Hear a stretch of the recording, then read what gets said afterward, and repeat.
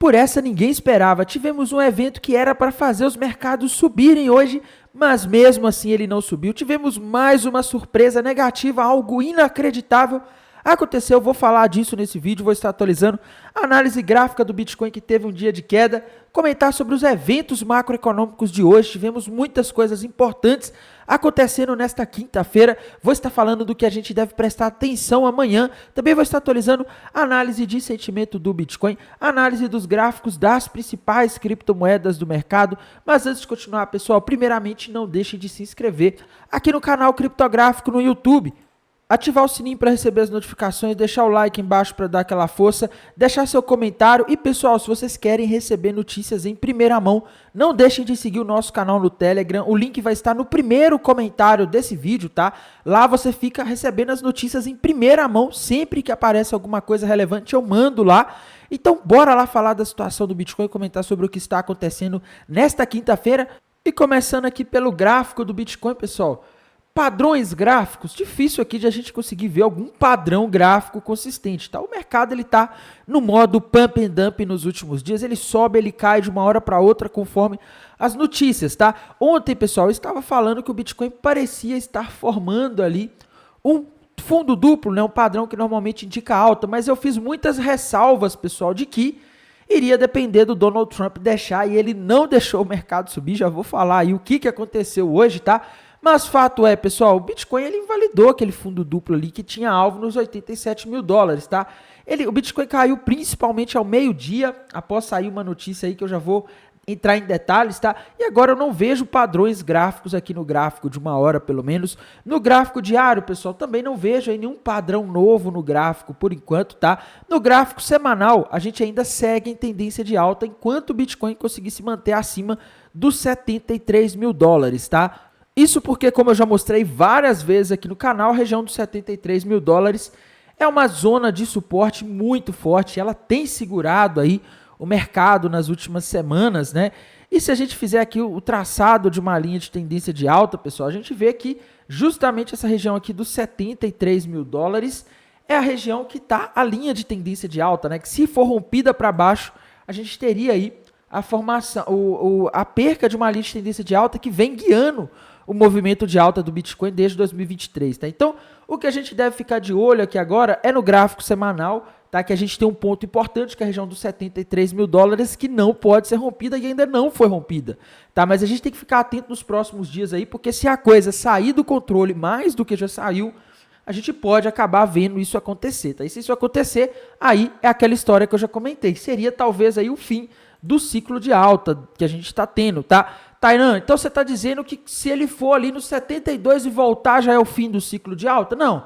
Aí eu estou falando, pessoal, de fechamento de candle bem abaixo. A gente teria que fechar um candle de força aqui, bem abaixo ali dos 73, para a gente ter aí um sinal claro de queda, tá? Não pode ser aquela coisa que o mercado ele vai no mesmo dia e volta antes de o diário fechar para cima, igual a gente já teve várias armadilhas desse tipo no Bitcoin no ano passado. A gente também não pode deixar de falar, pessoal, da situação do mercado americano. Hoje tivemos um dia de queda forte nas bolsas americanas, tá? O mercado americano devolveu uma boa parte daquela alta que aconteceu ontem após o Donald Trump tirar as tarifas sobre a maior parte dos países. Não tirar, né? Mas reduzir para 10% as tarifas de todos os outros países do mundo, exceto para a China, tá? Isso fez as bolsas americanas sofrerem o que a gente chama de short squeeze, né? Que é quando você tem aí esse movimento. Mas eu tinha alertado, pessoal, que eu tinha uma certa preocupação com isso daqui não se sustentar, tá? Quando você tem um short squeeze, normalmente no outro dia o mercado ele volta aí a cair, tá? O short squeeze é conhecido também como rally de bear market, né? Rally de mercado de queda, tá? O mercado ele sobe rápido, mas logo em seguida ele volta para a tendência principal, que é de queda. E nas bolsas americanas isso ainda não mudou, tá? A gente segue aí com essa tendência de desvalorização nas bolsas americanas. E quando a gente olha aqui no SP500, pessoal, a gente vê que essa queda se intensificou ali ao meio-dia, tá? E ela começou mesmo ali às 9h30 da manhã, por aí. A gente teve a divulgação de um dado muito importante para a economia dos Estados Unidos hoje, que é o dado de inflação do CPI. E, meus amigos, a expectativa do mercado era que ele viesse para o núcleo 0,3% e veio apenas 0,1%, ou seja, o núcleo do CPI cresceu abaixo do esperado, tá? Para o índice cheio, né, que é aquele que ele exclui aí certos itens, tá? A expectativa era que a gente tivesse um crescimento de 0,1. A gente teve um decrescimento de menos 0,1, ou seja, a gente teve uma deflação no índice cheio do CPI no mês de março, tá? Na base anual, pessoal, o índice cheio do CPI caiu de 2,8% para 2,4%. E para quem não sabe, pessoal, a diferença aqui, tá? Vou dar um detalhe aí do que é a diferença entre esse núcleo do CPI, que é o primeiro que aparece aqui, e o índice cheio, que é conhecido só como CPI, aí pelo mercado, tá? O índice cheio, pessoal, ele engloba várias coisas aí, vários itens que são mais voláteis em termos de preço, tá? Já o núcleo do CPI, que é esse que veio aí em 0,1% hoje, ele teve um crescimento de 0,1%, ele exclui aí esses itens voláteis, que são principalmente alimentos e energias, tá? E isso, pessoal, torna ele mais confiável. O Fed, inclusive, ele gosta mais de olhar o núcleo da inflação do que o índice cheio, porque o índice cheio, pessoal, ele pode ser contaminado aí por várias coisas, tá? Por exemplo, né? Vamos dar um exemplo aí do mundo real, tá? Imagina que a gasolina, por exemplo, ela sobe 0,6%. Aliás, vamos supor que a gasolina dispara no mês, né? Isso aí pode fazer com que o CPI, ele tenha ali uma tendência que pode não refletir o que está acontecendo na economia. Às vezes você tem uma atividade econômica em retração, né? Você tem uma queda no consumo, os preços dos serviços estão caindo, mas por algum motivo, por alguma questão geopolítica, acontece um aumento de preço na gasolina e você acaba tendo o índice cheio subindo, mesmo assim. Então o índice cheio ele pode ser contaminado por essas questões aí sazonais ou questões aí geopolíticas, né, que impactam o preço de energia e alimento, tá? Então por isso que o núcleo ele é mais confiável. Mas ainda assim, pessoal, todos os indicadores vieram bons, tá? Muito bons, inclusive. Isso aqui é um passo aí para o Fed cortar juros. Por que eu digo que é um passo, pessoal? Porque o Jerome Powell e outros dirigentes do Fed que já apareceram falando, eles já disseram que eles precisam ver aí pelo menos uns 3 meses aí de dados vindo abaixo do esperado ou dentro da expectativa, mostrando que a inflação está caindo para eles começarem a cogitar cortar juros, porque um mês ou outro você pode ter os dados de inflação ali vindo melhores do que o esperado, tá? Então, só para vocês entenderem, o dado de hoje é bom? É, mas ele não foi o suficiente aí para convencer o mercado a continuar a subida de ontem, tá?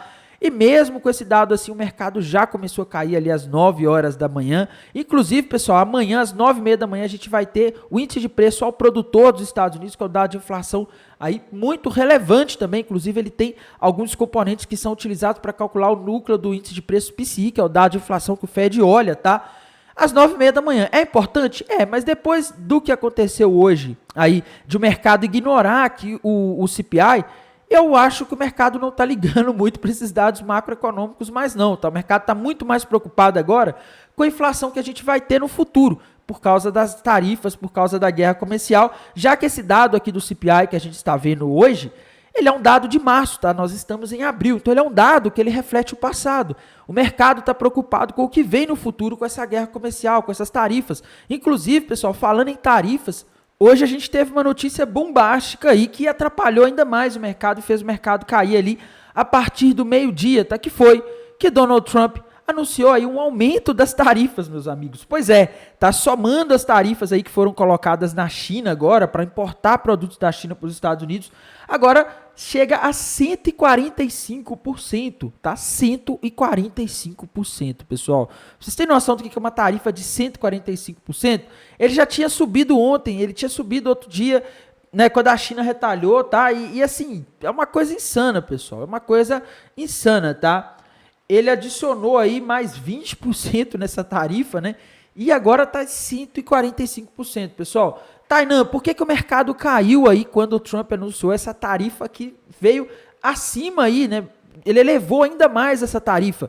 A justificativa aí que o Trump e que a equipe dele deu para elevar essa tarifa aqui, adicionar esses 20%, pessoal, foi aí o combate ao tráfico de fentanil.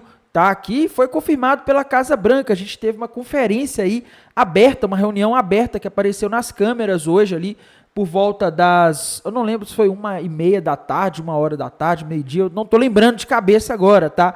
Mas eles apareceram ali, eles comentaram esses assuntos aí E nisso, no meio dessa confusão toda, os mercados desabaram, tá? Porque isso gera muito mais incerteza, né? Agora a gente está falando de uma tarifa muito alta sobre a China e o grande medo do mercado, como eu já comentei agora há pouco sobre inflação, é o que isso pode gerar na economia americana, tá? Porque tem muitas coisas que só a China produz, pessoal, as tais das terras raras, né?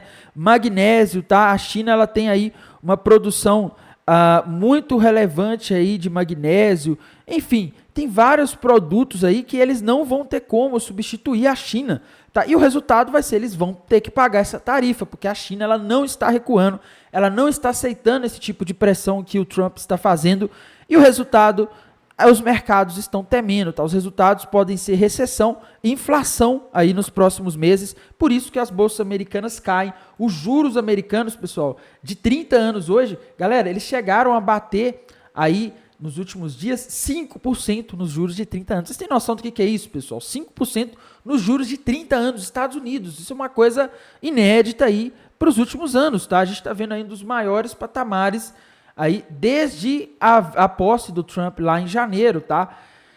E, meus amigos, a última vez em que a gente viu assim os juros subindo tanto foi lá no final de 2023, quando existiu uma certa tensão ali e tal, mas agora, pessoal, é uma coisa que está complicada, porque está sem freio.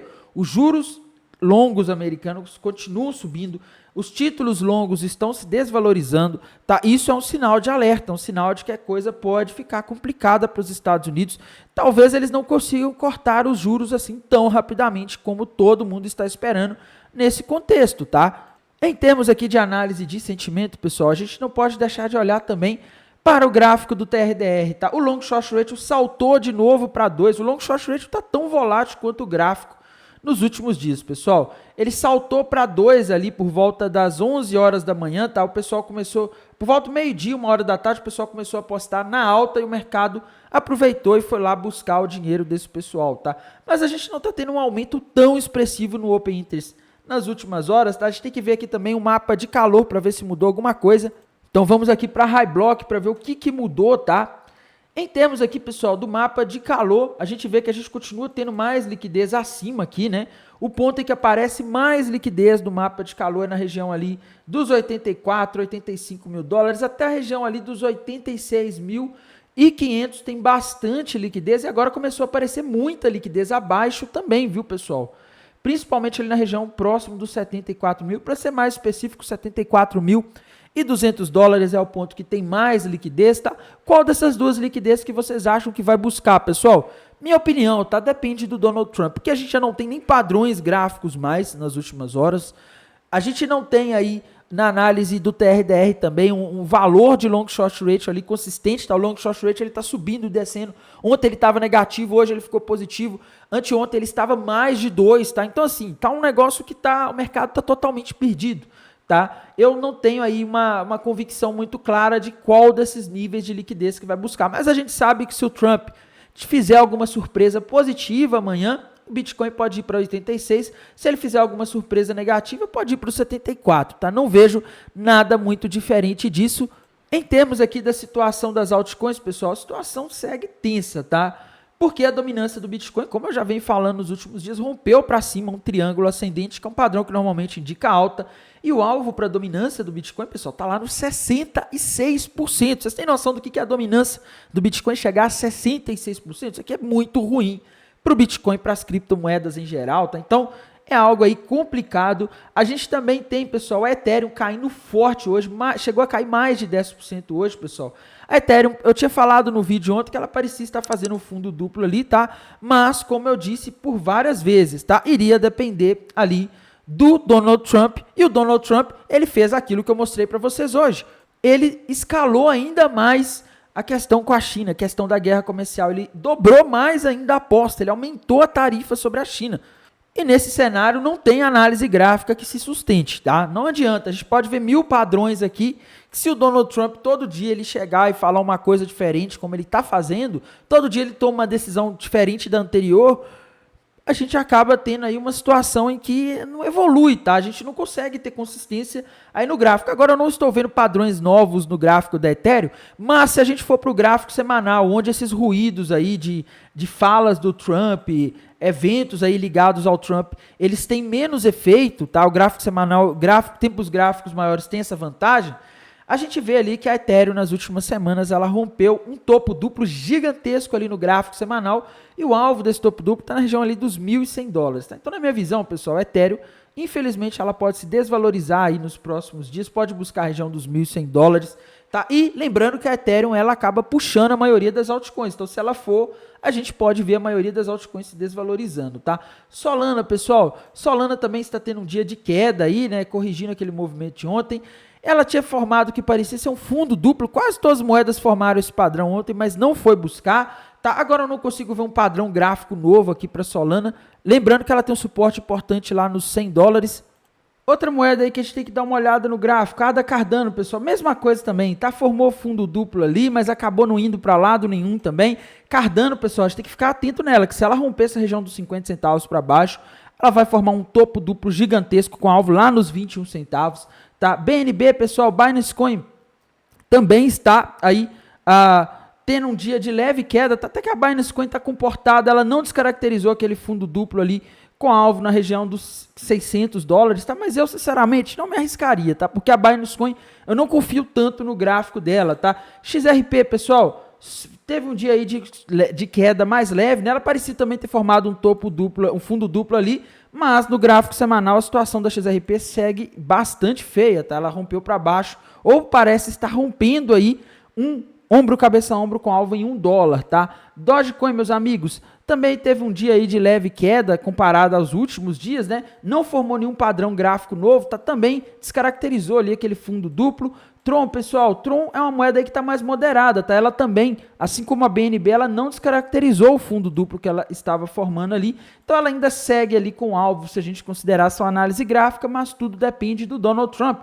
Amanhã o Donald Trump ele pode chegar e falar que é para comprar, e o mercado pode explodir de novo, tá? Não dá para saber o que vai sair do Donald Trump. Tom também sem nenhum padrão gráfico novo, tá? Avax, pessoal, ela não descaracterizou também ali o fundo duplo, tá? Então a Avax aí segue relativamente mais forte do que a maioria das criptomoedas, ela nem está caindo tanto hoje, mas lembrando, se a Avax romper de fato, né? A impressão que eu tinha alguns dias é que ela estava rompendo aqui um topo duplo com alvo lá nos $5, tá? Mas vai depender do Donald Trump. Se o Donald Trump continuar escalando essa situação aí, é provável que a Avax venha buscar os $5 nos próximos dias, tá?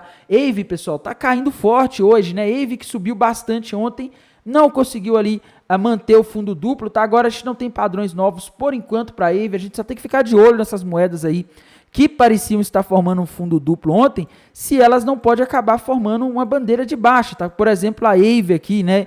Se a Aave romper essa região ali dos $127, ela pode formar ali uma bandeira de baixa que teria alvo para a Aave lá na região dos 94, tá? Então a gente tem que ficar de olho aqui porque a situação das altcoins ela não tá muito legal no geral, tá?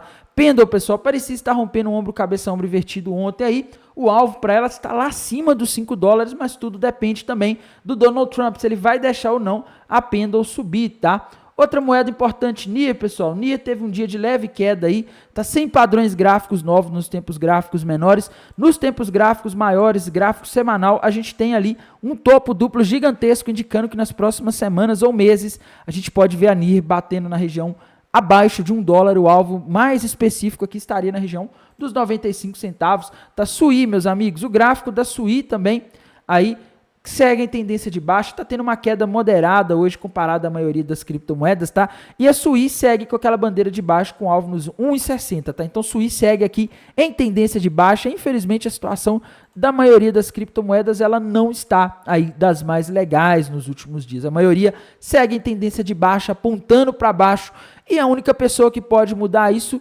se chama Donald Trump. E para mudar isso, pessoal, uma coisa que ele precisa fazer urgente é chegar a um acordo com a China, no qual ele tira essas tarifas que ele adicionou, porque essas tarifas têm tudo para gerar inflação nos Estados Unidos, já que a China ela fornece muitos produtos aí que eles são essenciais nos Estados Unidos nos dias de hoje, pessoal. Eletroeletrônicos, tá? Para vocês terem ideia aí, a maioria dos smartphones, roteadores, chips de celular, televisões, notebooks, tablets que são aí usados nos Estados Unidos, eles vêm da China, a maioria deles, tá? A China sozinha, para vocês terem uma ideia, ela responde por 22% das exportações globais de eletroeletrônicos. Os Estados Unidos é o principal importador, tá? A própria Tesla, pessoal, e a Apple, que são empresas aí gigantescas dos Estados Unidos, elas possuem fábricas na China e elas mandam muitos desses produtos aí que são fabricados na China lá para os Estados Unidos, tá? Elas têm subsidiárias.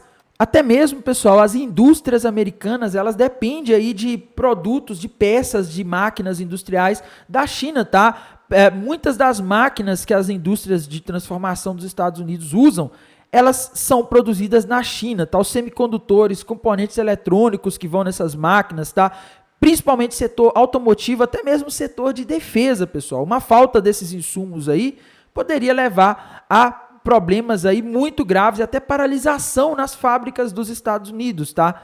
Para vocês terem ideia, pessoal, até produtos farmacêuticos que os Estados Unidos fabrica lá, muitas vezes eles usam aditivos e matérias-primas industriais que vêm da China, tá? Então, se você coloca uma tarifa aqui de 145% nesses produtos, essas matérias-primas vão chegar mais caras nos Estados Unidos. Se elas chegam mais caras, as fábricas americanas, as indústrias americanas, elas vão repassar esse preço para o consumidor, tá? Qual que vai ser o resultado disso na inflação, pessoal? A gente já teve eventos aí em que houve guerra tarifária e houve efeito inflacionário.